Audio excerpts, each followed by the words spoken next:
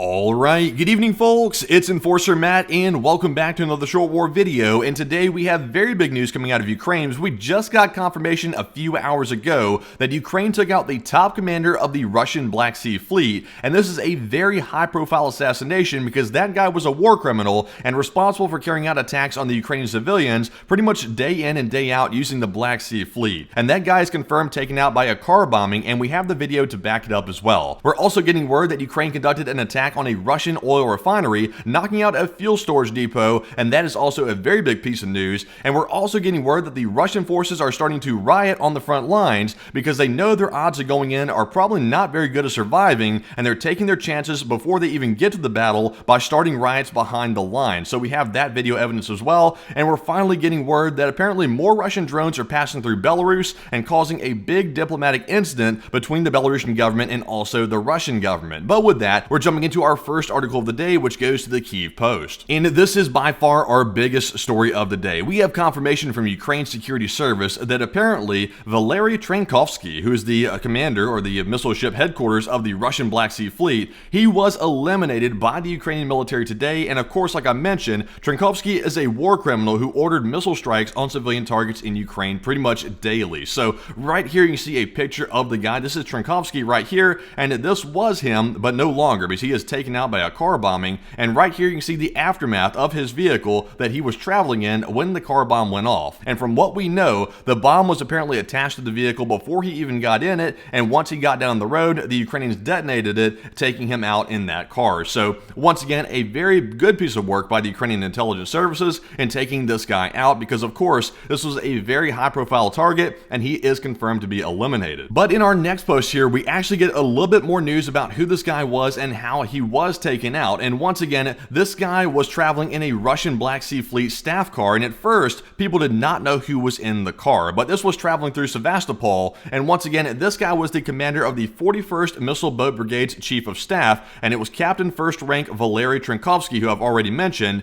And apparently the Russian outlets are also reporting that Ukrainian operatives planted the IED under the vehicle, and that is also what we're hearing as well from other sources. And once again, this is the aftermath of the attack. It literally blew up right here on the street, and this is a photo from Russian state media. So you can see the investigators are already out here, and they're looking into how the Ukrainian government got into Sevastopol and was able to take this high-profile guy out, because once again, this is a very big assassination. But moving into our next article here, this one also goes to War Translated, and we finally have a video showing the damage as well. So let's take a look.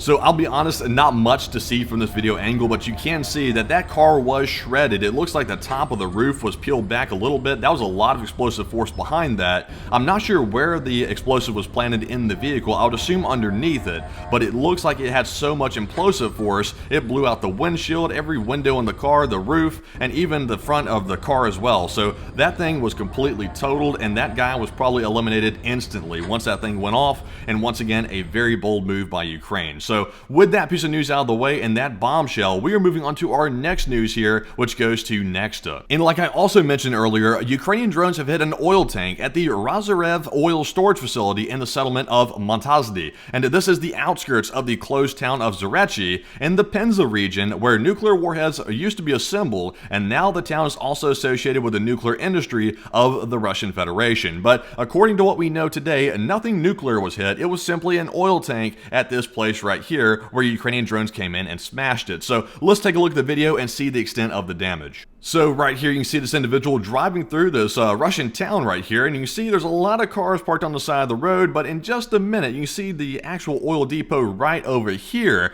and they're going to zoom in on one particular tank because that's where all the damage took place. And right there you can see it, there's a big char mark on the side of that barrel, and also a penetration point right there as well. So I would assume that the oil in that barrel caught fire. We did not get the footage of the fire, but once again it probably did catch fire because the Ukrainian drones carry quite a bit of ordnance, and it probably blew the hell out of that barrel right there. So it is indeed taken out, and another loss for the Russian oil industry. But with that, moving into our next article here, this one's also going to go to War Translated. And like I mentioned as well, apparently the Russians are beginning to riot on the front lines, because in the Novosibirsk region, Russian soldiers staged a riot in the barracks to try to flee and avoid dying in the war against Ukraine. And this makes total sense because we just got word from the Ukrainians that apparently the average Russian soldier soldier only lasts about 3 weeks on the front lines, and apparently these Russian soldiers right here have realized they are sacrifices and they better try to rebel right now, or otherwise their chance could pass and it could be too late, and once they get to the front line, it's all over for them. So let's take a look at the video. So right here you see he said, hit the effing window right here. He said, oh, it's a riot. And they're actually, believe it or not, they're actually causing these riots right here to prevent themselves from being deployed to the front line. But little do they know, the Russians don't care about that one bit. They'll still deploy them anyway. But they are smashing everything. The doors, the windows, the mirrors. They're smashing anything they can get their hands on. And this is just more proof that the Russians are out of control. And once again, the Russian commanders don't even have any morale or any standing over the soldiers because they're so desperately trying to get away from the front line. So just more proof of the Russians in disarray and not having a very good time right now because they are not really having much of a strategy other than sacrifice every soldier they can get their hands on. But with that, we're moving into our next article here, which also goes to War Translated. And also, speaking of Belarus, did anybody mention Belarus? They did not, but guess what? We got some news from Belarus. We are hearing for the 4th night in a row that Russian Shaheeds flew into Belarus in mass, and observers of the Belaruski write that there were 12 of them today crossing through Belarusian airspace, and for the first time in recent days, Belarus has raised its aviation, and the kamikaze drones came to Brygin, Gomel, and Rachitsa, and have repeatedly passed through the Belarusian corridor. So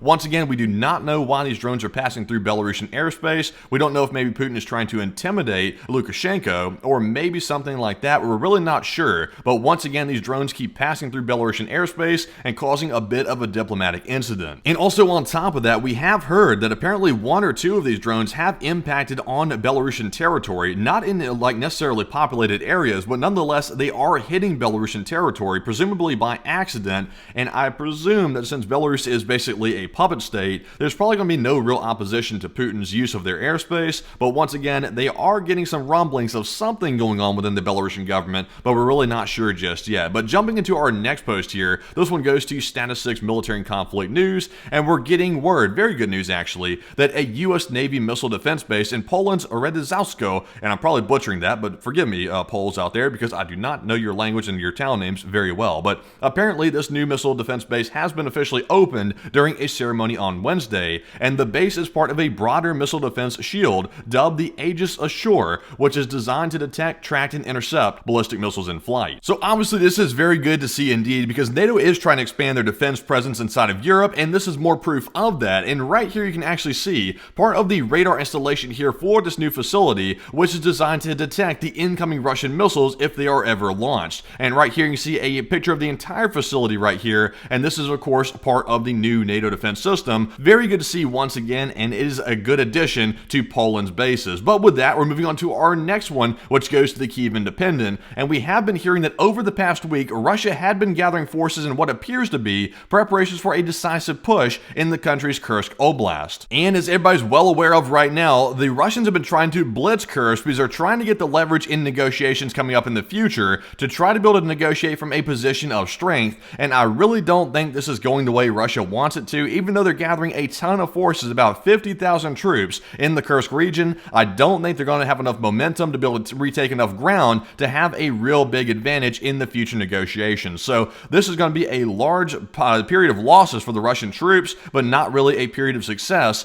for the ground maneuvers. So I think we're going to be seeing here a pretty large failure, but only time will tell. But with that, we're jumping into our next article here, which goes to Spravdy Stratcom Center. And not only is the Russian military having a very big problem, but also the Russian economy is absolutely getting pelted as well. And we're hearing that the Russian media are no longer hiding the collapse of the Russian property market, and the government now publicly decided which regions will be considered for potential bailouts, if any. And in response to questions about the worsening situation in several regions of Russia, the deputy prime minister referred to potential bailouts by saying we need to see whether to support these regions or not. And man, can Russia just not catch a break, because now their economy is even getting worse, and it was already in bad shape. Like the ruble is barely worth anything right now, but now the Russian property market is starting to collapse completely, and also the Russian bond market is being destroyed. So Russia is having a very bad time on multiple fronts, including the economic front, and things are not going to be improving anytime soon for them. But with that, we're jumping into our next article here, which goes to War Translated once again. And speaking of NATO, we did just mention that new base being built in Poland for missile defense. We're also getting more word from NATO that apparently they will provide more military assistance to Ukraine on a scale that ensures the Ukrainian armed forces are prepared to continue fighting in 2025, and according to the U.S. Secretary of State Antony Blinken, following a meeting with the NATO Secretary General Mark Rutte, the new one that just came in,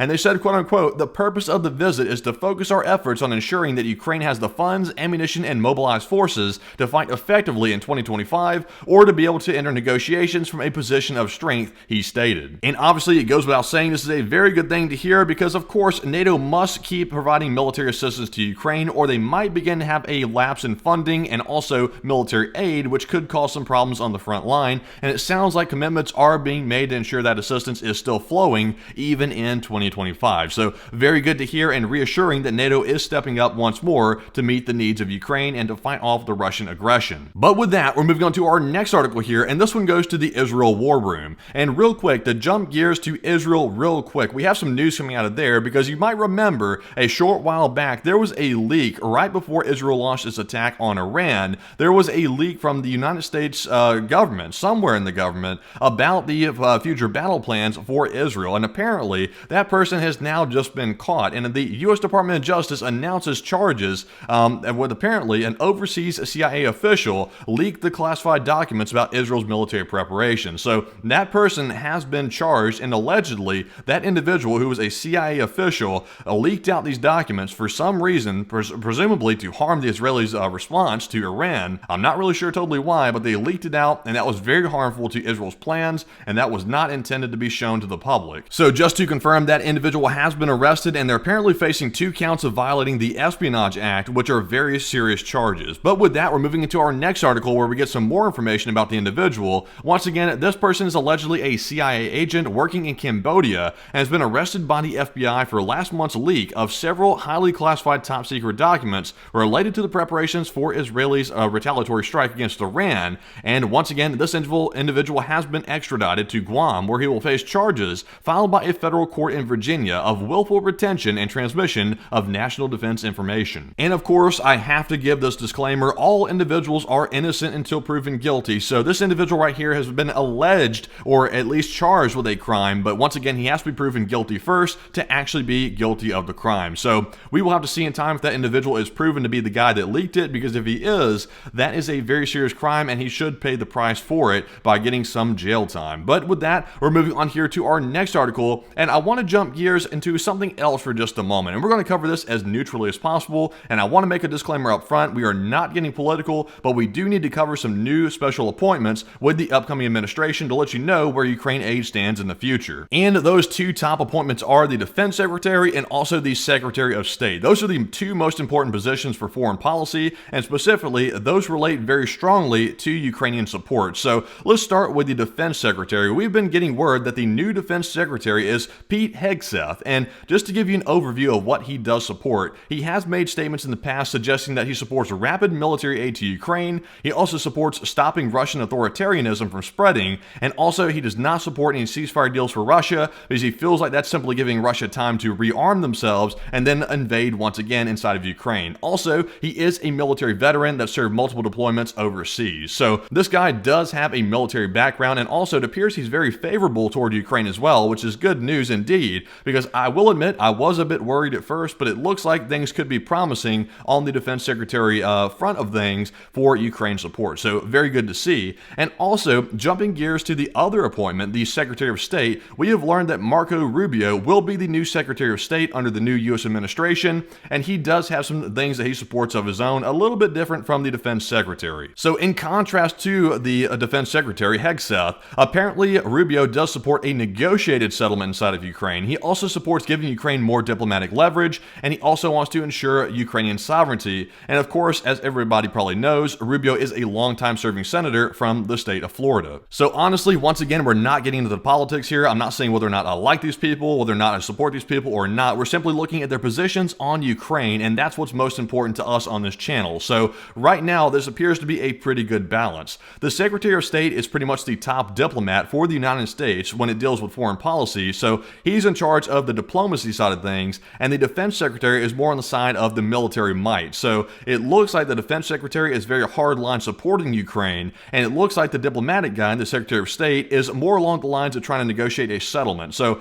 believe it or not, that's actually a really good balance for Ukraine. This is actually more pro-Ukraine than I had originally thought it was going to be. And this is very promising that Ukraine's support is going to continue into the future and maybe possibly be stronger than ever. But only time will tell on that one. I could be jumping the gun a little bit on that, but we'll have to wait and see. But I'm a little bit feeling a little bit better now about how Ukraine will be supported in the future based on these current appointments. And with that, that is actually going to be our last article of the day. So with that, feel free to let me know down in the comments below, because I know that the last two articles there are going to probably spark some conversation. Let me know down below what you think. Do you think Ukraine's support is going to grow, continue, or decline? Which one do you think it is? Right now, I'm very hopeful based on the current appointments, but we'll have to wait and see. But let me know down in the comments below what you think. And also, if you made it to this point in the video, if you don't want to comment on something you've seen in the video, feel free to go put "make Russia small again" down there in the comments, because we're trying to make Russia small again because they've gotten a little bit too big, you know what I mean? A little bit too big, and they need to be brought back down to size because they are attacking foreign countries like Ukraine, and we cannot allow that to happen. But with that,